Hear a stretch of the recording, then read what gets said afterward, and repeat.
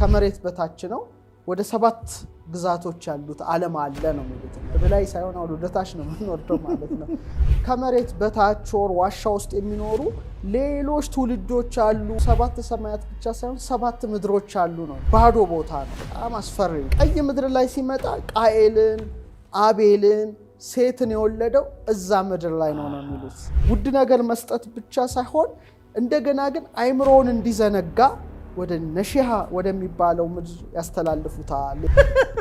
ምናልባት ይሄ ምድር ሊሆን ይችላል። ምናልባት ዳይሜንሽን ናቸው ግን እነዚህ ነገሮች ወይስ ሪል ፊዚካል ቦታዎች ናቸው? በላዩም ጠማማ ሻፎ ደንጊያ እንደገጠመበት ሄኖክ ጽፏል። ከምድር በታች የታሰሩ እንዳሉ ማወቅ ግድ ይላል ማለት ነው። እንጦርጦስ ዘውእቱ መትሕተ ታሕቲት ይላል። ጥልቅ ውስጥ የገቡ አሉ። ሴትና ወንድ ማለት ነው። እንደዛ ማለት ነው። ምን እንዳለ የፈጠረው አምላክ ብቻ ነው የሚያውቀው። እንጦርጦስ ትገባታለህ። ለምሳሌ ሰዎች ገቡ፣ መሬት ተከፍቶ አጣቸው ይላል። በኋላ ትልቁን የብራና መጽሐፍ አግኝቼ ማንበብ ጀመርኩ። 1000 ዓመት የሚኖሩ ሰዎች ያሉበት ዓለም። እነዚህ ዓለማት መግቢያ በር አላቸው። እነዛ ነው የወጡት ከውቅያኖስ ውስጥ ነው እና በጣም ፈጣን ናቸውና ምንድነው ይሄ ነገር?